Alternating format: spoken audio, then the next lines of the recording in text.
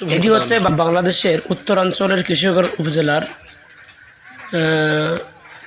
নিতাই ইউনিয়নের একটি জায়গা। এটি হচ্ছে চা বাগান।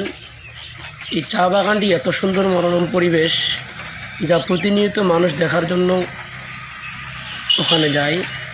তো একদিন আমিও গিয়েছিলাম, সেখানে দেখলাম অনেক মানুষ ছবি তোলা, দেখা এবং মনোরম পরিবেশে একটু ঘোরাফেরার জন্য অনেকে সেখানে যাতায়াত করি, অনেকে সেখানে একটু সময় কাটায়।